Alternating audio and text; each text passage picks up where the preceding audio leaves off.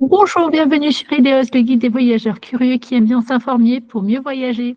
Aujourd'hui, je vous accueille sur un podcast concernant l'île de Bratch et les possibilités de découverte, que ce soit à l'occasion d'un séjour de plusieurs jours, éventuellement une semaine, ou d'une escapade à la journée, ce qui est plus probable puisque beaucoup d'entre vous envisagent de séjourner sur le littoral d'Almaty et ont peut-être envie de faire une escapade pour quelques heures sur l'une ou l'autre des îles dans la région de Split.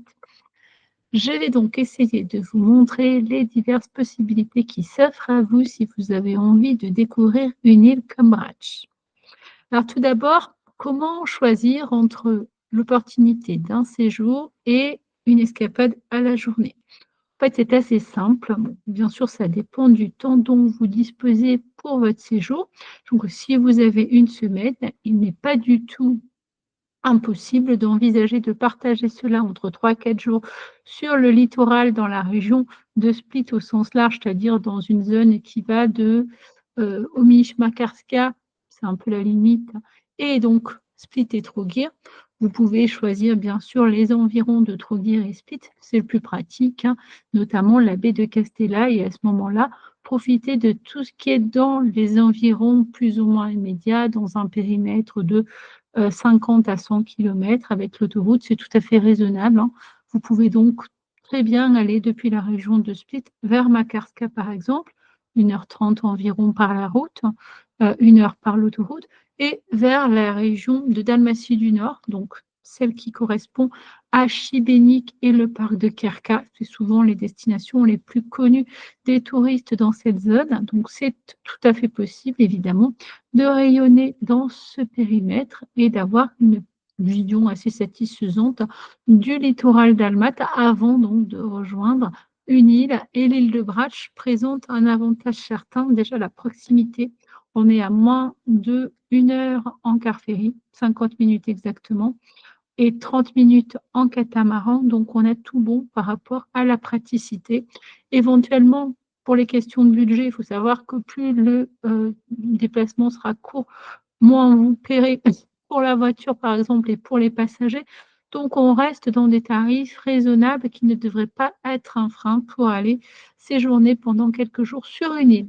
C'est pourquoi je vous encourage vraiment à penser à votre séjour sans vous mettre des freins ou avoir des biais liés à vos habitudes antérieures, hein. Ce qui est intéressant, c'est d'identifier ce qui peut être le mieux pour soi et aussi ce qui peut nous permettre d'améliorer notre découverte et notre compréhension de la région dans laquelle on se rend. Donc, si vous avez envie, par exemple, d'un séjour un peu varié et d'expériences différentes sans pour autant mettre beaucoup de contraintes à cela, ben, un séjour donc dans la région de Split et ensuite quelques jours sur une île peuvent être vraiment parfaits parce que l'intérêt d'une île est aussi d'avoir une identité spécifique, des expériences très agréables en lien avec la nature, les randonnées. Également, bien sûr, trouver des criques beaucoup moins fréquentées que celles du littoral et tout ce qui est lié au maritime, aux découvertes culturelles et historiques dans les petits villages que vous allez pouvoir découvrir sur l'île en question. Donc, en fait, c'est assez facile de comprendre l'intérêt de choisir une île également pour l'un ou l'autre des séjours. Dans l'optique d'un road trip, par exemple, bah, quelques jours sur une île, ça convient très bien pour un peu d'évasion, s'exclure aussi de toute l'ambiance très, très fréquentée des zones hyper touristiques et profiter, même en été, d'un environnement beaucoup plus agréable. Bien sûr, la question, de diviser un séjour en plusieurs hébergements nous contraint peut-être à payer plus cher les hébergements parce que vous le savez sûrement maintenant, en Croatie, la pratique est souvent de louer à la semaine. Alors, j'allais dire que ça dépend vraiment du type d'hébergement qu'on envisage, de la période à laquelle on s'y prend. Quand on s'y prend très tôt, comme en ce moment par exemple, on va avoir à la fois une certaine offre, mais qui est assez limitée parce qu'une grande partie des hébergeurs n'ouvrent leurs réservations en cours qu'à partir, d'avril, mai, quand la saison reprend. Donc il arrive, quand on cherche en ce moment, qu'on ait beaucoup d'hébergements qui ne soient pas ouverts à la réservation. Ça peut être déjà un problème, surtout s'ils nous plaisent. Bon, il se trouve que Bah, l'intérêt, c'est aussi que quand on prend autant de temps à l'avance pour faire ses recherches, c'est de chercher ce qui nous convient le mieux et à un moment ou à un autre, on trouvera forcément un hébergement qui devrait à la fois nous plaire et être disponible à un tarif qui convient. Donc à partir de là, il suffit d'attendre le retour des hébergeurs qui confirmeront ou pas l'acceptation de la réservation.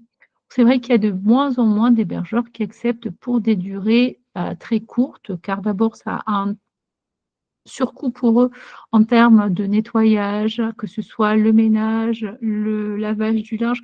Donc c'est sûr qu'ils ont plutôt tendance à s'orienter vers des séjours 4 à 5 jours minimum et idéalement une semaine et surtout en très haute saison. Mais on trouve toujours, hein, surtout sur les sites comme Booking, des hébergements qui seront disponibles pour un court séjour. J'allais dire aussi que ça dépend, du type d'hébergement que vous choisissez puisque rien ne vous oblige sur des séjours de 2 3 jours, par exemple, de choisir un appartement où il faudra quand même faire le ménage éventuellement ou payer pour ce ménage-là et peut-être faire les courses à l'épicerie, sur l'île, que vous avez choisie. Vous pouvez aussi très bien choisir un hébergement de courte durée dans le cadre d'un séjour d'une semaine, 2 3 nuits, où, vous accepteriez peut-être, de manger au restaurant, ce qui est tout à fait sympa aussi pour découvrir un peu, l'atmosphère des îles en question. Bon, il se trouve que sur les îles, ce n'est pas nécessairement moins cher que dans les villes hyper touristiques type Dubrovnik ou Split, mais on a quand même l'avantage d'y trouver des, restaurants normalement qui sont assez accessible avec des spécialités éventuellement locales. Ça peut être intéressant, de manger un peu, sur le pouce, pendant la journée pour profiter de tout ce qu'on a à voir et à faire sur les îles et éventuellement d'aller au restaurant le soir. Si ça peut être un budget, pertinent pour vous, n'hésitez pas évidemment à ouvrir et de ne pas vous limiter à la recherche d'appartements. Il y a des maisons d'hôtes, hein, qui sont l'équivalent donc de ce qu'on connaît en France en termes de maisons d'hôtes, gîtes, hein. Ce sont des sites qui accueillent avec éventuellement des chambres ou des appartements éventuellement qui sont à la nuitée et vous avez la possibilité bien sûr de trouver des chambres chez l'habitant ou les hôtels, hein, même si ça s'est un peu perdu. Pour beaucoup d'entre vous, en tout cas, l'hôtel semble un lointain souvenir, mais ça reste toujours une possibilité très pertinente pour pouvoir séjourner pendant un court séjour et apprécier malgré tout ce que l'île a à vous offrir. Il n'y a pas que les appartements, les Airbnb, comme on dit par facilité, qui existent, hein, dans ce monde. Vous avez également les pensions qui justement correspondent à cette dynamique dont je vous parle, c'est-à-dire un compromis entre la maison d'hôte avec des hébergements type chambre ou appartement qui s'accompagnent de la possibilité de manger dans le restaurant familial avec, cuisine traditionnelle faite par la famille et qui vous permet de découvrir les bons petits plats croates. Donc pourquoi pas, hein. Il n'y a donc pas que l'appartement qui est une possibilité, ni, le camping en mobil-home par exemple, pour séjourner pendant quelques jours, quelle que soit la durée de toute façon du séjour sur l'île. Sachez qu'il faut essayer d'ouvrir vos options plutôt que de vous restreindre avec un type d'hébergement qui vous contraindra forcément à renoncer peut-être au projet si vous avez du mal à trouver pour une semaine un appartement. Donc, n'hésitez pas à commencer vos recherches dès maintenant si vous le pouvez et évidemment, plus tôt vous le ferez, mieux vous pourrez apprécier l'évolution de l'ouverture des offres jusqu'à ce que tout soit ouvert, c'est-à-dire à partir de juin, tous les hébergements qui sont censés exister en Croatie sont disponibles à la réservation et vont l'être jusqu'au mois de septembre en général, ce qui correspond à la haute et très haute saison. Donc c'est assez classique, hein, c'est un peu le cas partout, dans les destinations touristiques, donc la Croatie ne fait pas exception. Quel est donc l'intérêt, de choisir un séjour sur une île comme Brač pour 2 3 nuits, 4 nuits évidemment, en fonction de la disponibilité? Déjà, en fait, c'est assez simple. Le fait d'être sur une île, en réalité, ne change pas grand-chose à la dynamique par rapport à la visite touristique qui s'offre à vous. Déjà, vous pouvez apprécier ce que l'île a à offrir et c'est bien ce que vous cherchez a priori. Ensuite, vous pouvez apprécier l'ambiance qu'elle va vous proposer quel que soit le type de village que vous allez élire, vous allez vous rendre compte qu'il y a quand même une atmosphère, des traditions, peut-être une convivialité que vous n'avez pas nécessairement dans les zones hyper pressurisées par l'affluence touristique, surtout en mode saison. Et puis, vous allez avoir la possibilité, bien sûr, de rayonner sur les îles voisines. Parce que l'intérêt des îles en Dalmatie centrale, par exemple, c'est qu'elles sont à une proximité relative les unes des autres. Et vous pouvez donc vous rendre sur l'une et sur l'autre en prenant soit des catamarans ou des bateaux taxis, ou éventuellement envisager des excursions organisées qui vont d'île en île. Et je vais donc en parler ça plutôt dans le développement sur les escapades à la journée. Si vous décidez d'aller sur une île comme Bratch, aujourd'hui, il y a des offres en all inclusive, comme on dit, tout compris, avec pension complète ou demi-pension, à partir de 500 € en moyenne et basse saison, et autour de 1 000 à 1 300 € en haute et très haute saison. L'île de Bratch, elle est très appréciée parce que justement, elle est connectée à l'aéroport de Split. Enfin, Split n'étant pas l'aéroport en soi, c'est un aéroport qui se situe à 20 km de Split, à Castella. Vous allez donc avoir la possibilité, évidemment, de trouver des offres de ce type qui risquent de vous intéresser parce qu'elles vous permettent de vous baser sur l'île et ensuite, vous aurez envie de découvrir ce que l'île a à vous offrir, mais aussi les îles environnantes. Et dans le cas de Bratch, par exemple, on peut très facilement aller sur l'île de Cholta, qui est à quelques dizaines de minutes à peine en bateau-taxi, sur celle de Hvar, dont vous avez sûrement beaucoup entendu parler pour la ville de Hvar, mais pas seulement. Et donc, éventuellement, les excursions à la journée qui vous amènent jusqu'à l'île de Vis et à la fameuse grotte bleue, qui est l'une des grandes attractions touristiques. Je peux rajouter l'île de Korčula, même si elle est un peu plus éloignée, on est quand même à 2 heures, mais cela reste tout à fait possible pour ceux qui ne voudraient pas renoncer à Korčula. En tout cas, depuis l'île de Brač, on est aussi loin de Korčula que quand on part en destination de cette ville depuis Dubrovnik, qui est pourtant dans la même région. Vous voyez qu'il n'y a pas trop de grandes différences, donc il ne faut pas mettre de frein à ce niveau-là. Si vous avez envie de découvrir donc l'île de Bratch pour quelques jours, sachez que l'intérêt, c'est déjà qu'elle offre des facettes de village très différents les uns des autres. Alors Soupétard, la capitale, c'est le lieu où ont investi sans surprise les tours opérateurs qui proposent la destination Bratch connectée à Split. C'est que si on ne veut pas être sur le littoral à Split même ou dans les environs ou à Trogir, ou dans la zone de Makarska, c'est du côté de Bratch qu'on va être. On ne va pas être ailleurs, parce que les tours opérateurs, en fonction des pays, vont choisir une destination et se focaliser dessus. Elle est développée pour ce tourisme-là. Donc, pour les francophones, c'est l'île de Bratch. Donc, si vous avez envie d'un vol plus hôtel ou d'un séjour en hôtel avec pension complète ou demi-pension, c'est du côté de Soupétard que vous allez vous retrouver. Si vous avez donc aussi la possibilité en itinérant de choisir votre hébergement, il y a les villages très connus comme celui de Bol, qui est associé à la fameuse plage de Zlatni Rat, considérée comme la plus belle de Croatie.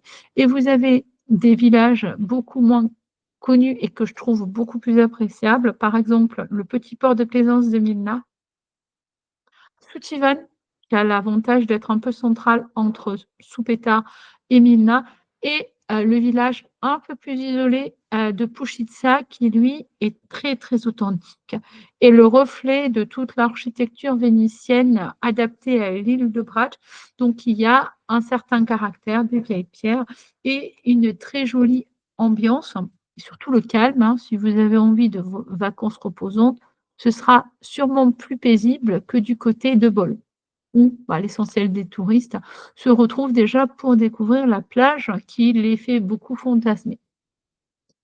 Donc, voilà un peu à quoi ressemblent les principales destinations qui s'offrent à vous. Alors, je vais vous faire un petit tour des destinations pour que déjà vous ayez un aperçu de ce qui est envisageable du côté de Brač. Et je vais donc vous expliquer pourquoi Bratch me semble intéressante au-delà de la proximité par rapport à Split, puisqu'on est à 50 minutes en car ferry avec la compagnie Adrolinia. Donc en soi, c'est quand même très simple de prendre un car ferry avec sa voiture et de ne pas avoir à surenchérir en prenant une voiture de location sur place. L'intérêt en fait, de l'île de Brač, c'est aussi qu'elle est, bien située, c'est-à-dire à la fois proche du littoral si vous vouliez visiter par exemple Split ou Trogir, bah, rien ne vous empêchera de le faire en prenant le car ferry en passager, hein, c'est le plus simple. À ce moment-là, on est quand même dans des tarifs plutôt raisonnables et si vous avez envie d'aller sur les îles voisines, ben, vous allez pouvoir vous rendre compte que ce sera très facile de vous rendre sur l'île de Hvar, par exemple, ou d'envisager l'escapade vers l'île de Vis avec la grotte bleue, ensuite les Paklenis et la ville de Hvar. Je vous montre un peu un petit aperçu de ce qui vous attend sur Brač avec la plage de Zlatni Rat qu'on voit depuis les hauteurs. C'est-à-dire que si vous aimez la randonnée, vous pouvez depuis le village de Bol vous rendre sur le point culminant qui a environ 800 mètres et qui vous permet d'avoir un point de vue sur la fameuse Corne d'Or et le village de Bol. Et donc voilà un peu ce que vous pouvez découvrir. Il y a également des baies magnifiques comme celle de Mourvica avec un monastère que l'on peut visiter et on peut se baigner donc dans cet environnement très agréable. Les villages type Soutivan qui ont vraiment leur caractère avec l'architecture vénitienne qu'on retrouve parfaitement ici. Et donc, c'est très tranquille. Également, le village de Pušica, dont je vous ai parlé, qui est le reflet de ce qui est l'or blanc de l'île, la pierre blanche qui a servi d'ailleurs à l'édification de la Maison Blanche à Washington. Donc voilà, vous pouvez découvrir les carrières dans les environs qui exploitent la pierre et l'école, la seule école dans laquelle on perpétue les traditions de sculpture depuis des siècles sur l'île de Brač. Ça, c'est ce qui s'offre à vous. Également, aux environs de Bol, vous avez le monastère ermite ici de Dolina Blacha, qui est construit dans la roche et qui vous permet de faire une randonnée depuis Bol, donc quelques heures avec un sentier maritime et un sentier à l'intérieur des terres pour découvrir cet environnement. Des plages, des criques très très sympas et qui ne seront pas bondées de touristes puisque les plus connus sont Zlatni Rat et Lovrenica. Alors elles, en général, elles sont très prisées, mais les autres sont beaucoup plus tranquilles. Donc si vous cherchez quelque chose de calme, bah, vous avez tout bon en choisissant une île bien plus que Split qui n'a vraiment pas grand intérêt. Quand on aime la plage, en tout cas, on est vite frustré par les options de Split ou même des environs de Split, hein. Donc, si vous avez envie de vacances où vous profitez de zones de criques ou de baignade vraiment sympas avec des petites criques cachées, bah, ici vous avez par exemple à l'écran à celle de la zone de Milna, avec une succession de petites criques vraiment peu connues dans lesquelles on peut apprécier très bien la baignade. On peut aussi faire des balades en bateau de quelques heures, louer des bateaux du côté de Milna par exemple.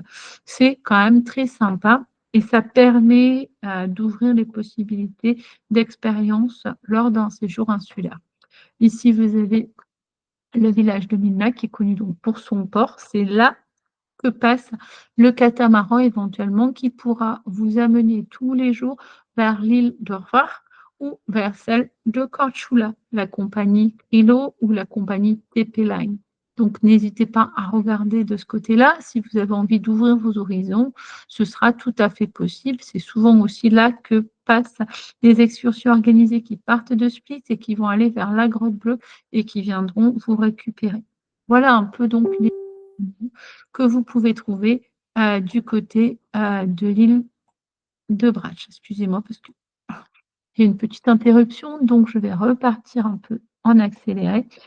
Je voulais donc mettre l'accent sur l'intérêt par rapport à l'environnement naturel.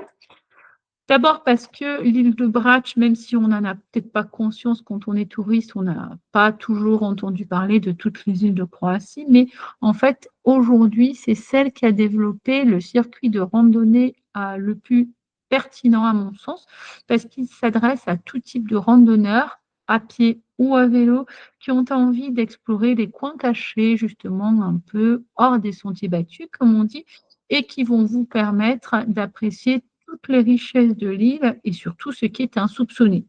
tout cas, personnellement, c'est ce qui m'attire toujours, hein, ce que les autres ne connaissent pas.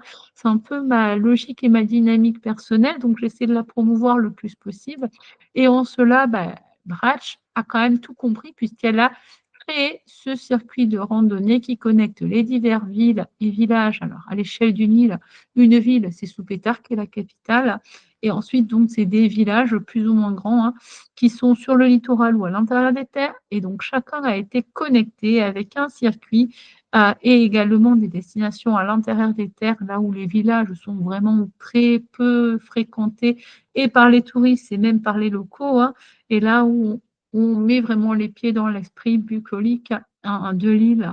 Donc, si vous avez envie de vous offrir un circuit très sympathique, vous avez 120 à 130 km de circuit éventuellement à vélo que vous pouvez faire en fonction de votre rythme et de vos envies et qui vous amène d'une zone à l'autre de l'île vers les coins de baignade que vous pouvez découvrir comme envie de ça.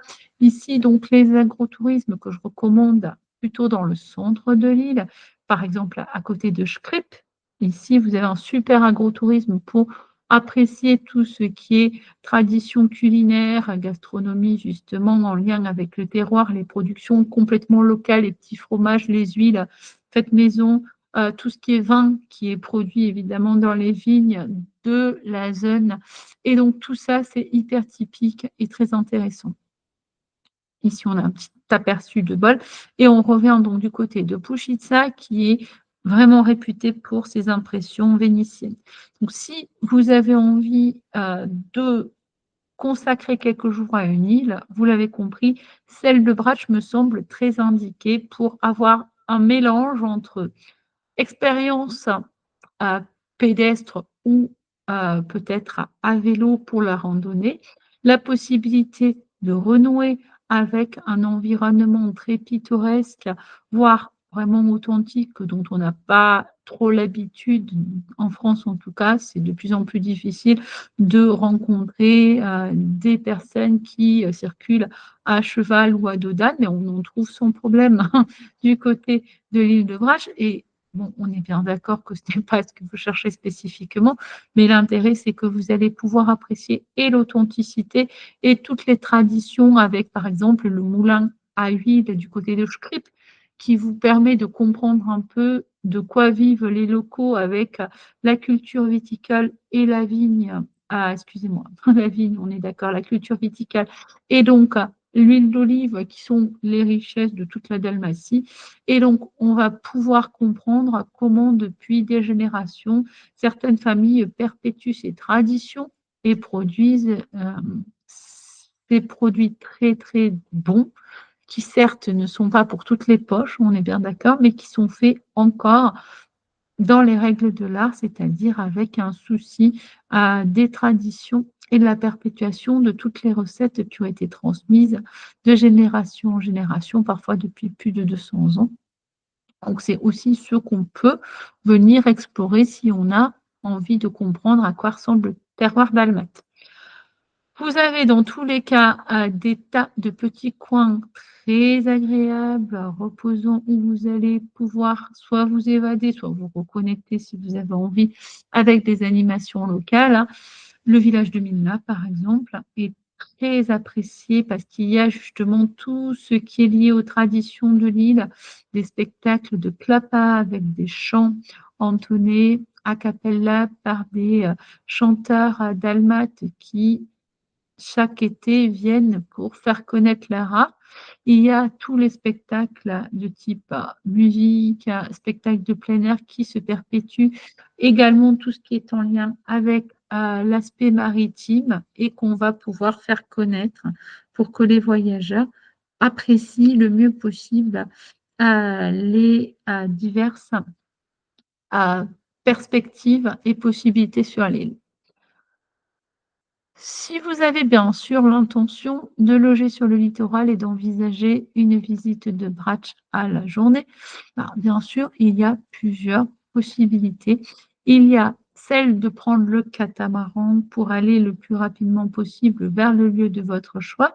Et à ce moment-là, il y a aussi plusieurs possibilités. Par exemple, si vous avez envie de découvrir la zone de Zlatnirat pour vous baigner, vous pouvez prendre le catamaran de la compagnie Krilo le matin pour vous rendre donc assez tôt vers la région de Bol. Et ensuite, après avoir fait le tour de ce qui vous intéressait, visiter le village, fait la baignade ou les randonnées que vous souhaitiez, soit prendre le bus, soit éventuellement prendre un taxi pour vous rendre du côté de Milna pour avoir un aperçu de ce qu'est ce petit port de plaisance et pour reprendre le catamaran qui vous amènera facilement à Split. En termes économiques, de toute façon, c'est le plus intéressant parce que vous allez pouvoir ouvrir un peu les champs de visite plutôt que de vous restreindre à une destination. Vous allez au moins en intégrer deux. Vous pouvez également prendre le bus pour vous rendre à Soupétard et à partir de Soupétard, prendre le car ferry de Yadrolinia qui vous amènera sans problème du côté de Split. C'est beaucoup moins cher d'ailleurs que le catamaran, puis ça va moins vite. Donc en soi, tout s'équilibre. Si l'aspect économique l'emporte, vous allez peut-être lier sans problème le port de Bol et la zone de Bol et éventuellement Soupétard ou éventuellement celle qui inclut à Milna, comme je viens de vous l'indiquer. Si vous avez envie de faire un séjour d'une journée plus complet, bien sûr, il faut prendre la voiture avec l'option donc car ferry, idéalement du côté de Split, avec une perspective de séjour qui débute à 7h30 le matin avec une arrivée vers 8h30 sur l'île de Brach et un retour, si possible, le plus tardif possible pour apprécier tout ce qui s'offre à vous. Donc, depuis Soupétard, vous pouvez vous rendre à Bol, faire la baignade du côté de Zlatnirat, visiter le village, aller du côté de la baie de Mourvitsa ou, si vous préférez le côté culturel, commencer par Pouchitsa en faisant une petite étape du côté de Postira pour découvrir la plage de Lovrenica. Si c'est ce qui vous attire, par exemple, les plages un peu connues des touristes, ben voilà, ça peut ressembler à ça. Et ensuite, donc, prendre les routes intérieures pour vous rendre vers Bol et terminer éventuellement. Alors, soit vous revenez du côté de Makarska, ça peut être très bien si vous avez envie justement de faire un road trip. Bah, vous pouvez quitter l'île et vous rendre sur le littoral et aller en perspective d'un séjour qui vous amène jusqu'à Dubrovnik vers Makarska par exemple avec une traversée du Nord. Ou bah, sinon, vous continuez le tour de l'île avec Milna et Soutivan et vous revenez à Soupéta pour prendre le car ferry qui vous ramènera à Split avec des possibilités donc de retour jusqu'à environ 21h. C'est quand même très pratique puisqu'en été, les jours sont longs.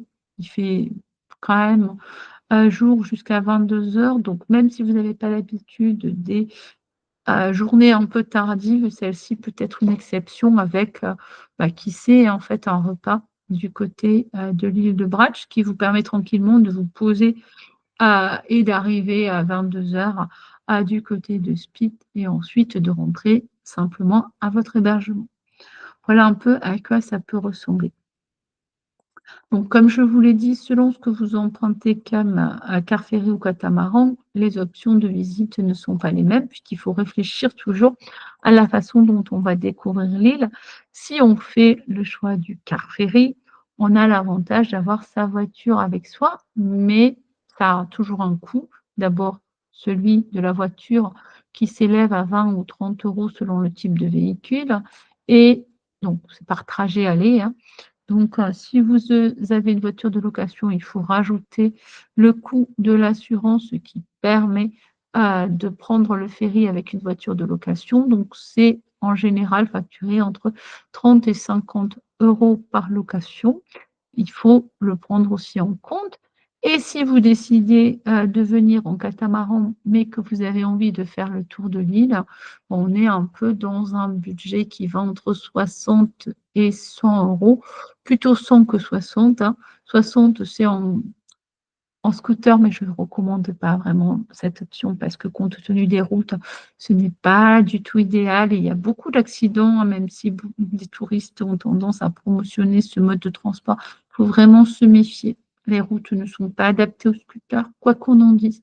Mieux vaut louer une voiture et la voiture à la journée dans une location sur une île sera plutôt autour de 100 euros. En fait, si vous y réfléchissez, ça peut s'équivaloir avec, les, assurances qui vont être onéreuses et les coûts des transports pour le car ferry puisqu'on est à peu près à 20-30 € par aller, donc 50 à 60 € plus l'assurance. Vous voyez qu'on retrouve à peu près le même budget. Donc ça ne devrait pas être un frein pour la location. Mais dans tous les cas, il faut réfléchir à ce qui est le plus pertinent. Je rappelle que pendant la haute saison, c'est-à-dire entre le 15 juillet et 15 août, éventuellement jusqu'à début septembre, mais vraiment 15 juillet au 15 août, c'est même la très haute saison, il est préférable d'arriver 1 heure à 1 h 30 avant le départ du car ferry pour être assuré de monter à bord parce que la réservation ne garantit pas l'accès au car ferry. C'est premier arrivé, premier à bord, quel que soit le billet que vous avez. Donc ça ne garantit pas et à ce moment-là, vous pouvez déjà perdre du temps dans la découverte à la journée que vous avez envisagée si vous n'êtes pas assuré de pouvoir débuter à partir de l'heure que vous aviez prévue. Si vous êtes très matinal, ça signifie aussi que pour un départ à 7 h 30, soit vous êtes à Split même et à ce moment-là, vous devez vous réveiller vers 6 h, même avant. Si vous êtes en dehors de Split, et c'est quand même là qu'il faut prendre en compte cet élément, il faut bien intégrer le temps qu'il vous faudra pour rejoindre Split, les éventuels embouteillages, surtout le matin qu'on va rencontrer à cause du marché, tout le monde qui vient justement pour s'installer entre 6 h 30, 7 h et 8 h. Donc il y a vraiment une grosse affluence, surtout en été. Donc il faut bien le prendre en compte parce qu'on risque de ne pas arriver à l'heure. Donc, dans tous les cas, quand on réfléchit à un projet d'excursion à la journée, il faut bien prendre ces paramètres et les évaluer de manière à ce que le projet ressemble à ce qui n'est pas trop contraignant. Si on a des enfants, peut-être se lever tôt risque d'être un problème parce que là, en l'occurrence, ça signifie bien de se lever très tôt, hein. Il n'y a pas autant de départs qu'on le souhaiterait pour une escapade à la journée. En réalité, vous avez un départ à 7 h 30 qui est parfait, un à 9 h qui est extrêmement recherché parce qu'il n'est pas trop tôt, donc qui ne dissuade pas les voyageurs qui n'ont pas envie de se lever aux aurores. Donc à 9 h, il est extrêmement, extrêmement recherché. Et ensuite, vous avez celui de 11 h qui devient tardif, puisque si vous débarquez à midi du côté de l'île de Brač, ça signifie que vous n'avez jamais que quelques heures à disposition plutôt que d'avoir une journée complète. Et c'est quand même moins intéressant, même si ça ne gâchera pas le plaisir. C'est toujours mieux d'avoir le temps disponible. Voilà en gros ce que je voulais vous répéter sur l'île en question. J'espère que vous êtes convaincus de la découvrir et que vous allez apprécier la Via Bracia avec ses divers villages, toutes les excursions, les randonnées qui s'offrent à vous et que vous apprécierez votre séjour, que ce soit en escapade à la journée ou en séjour, parce que c'est quand même une île qui est une valeur sûre, qui en général est très appréciée des touristes et n'a rien à envier à Hvar, même si celle-ci est hyper connue de tous à cause de la renommée de la ville même, associée souvent à Saint-Tropez.